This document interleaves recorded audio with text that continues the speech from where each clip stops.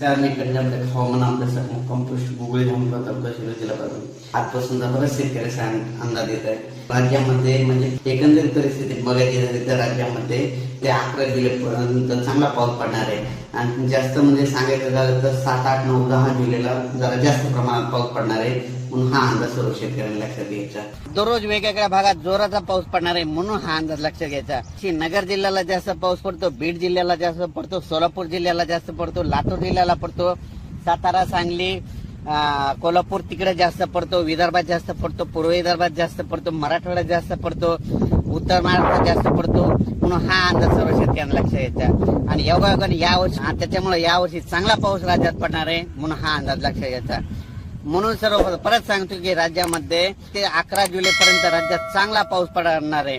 मधले वडे नाले वाहणारा पाऊस असणार आहे. दररोज वेगवेगळ्या भागात पडन पण पाणीच पाणी होणार आहे म्हणून हा अंदाज सर्व शेतकऱ्यांना लक्षात घ्यायचा. जोरदार पाऊस पडणार आहे, वडे नाले वाहणारा पाऊस पडणार आहे. ठिकठिकाणी छोटे छोटे तळे असेल तर त्याच्यामध्ये पाणी येणार आहे म्हणून हा अंदाज लक्षात घ्यायचा. एकंदरीत परिस्थिती बघायची झाली तर राज्यामध्ये म्हणजे सध्या आता एकदम पाऊस एकदम बंद होणारच नाही, चालूच राहणार आहे म्हणून हा अंदाज सर्व शेतकऱ्यांना लक्षात घ्यायचा. अचानक वातावरणात बदल झाला तर लगेच एक मेसेज दिला आहे. धन्यवाद.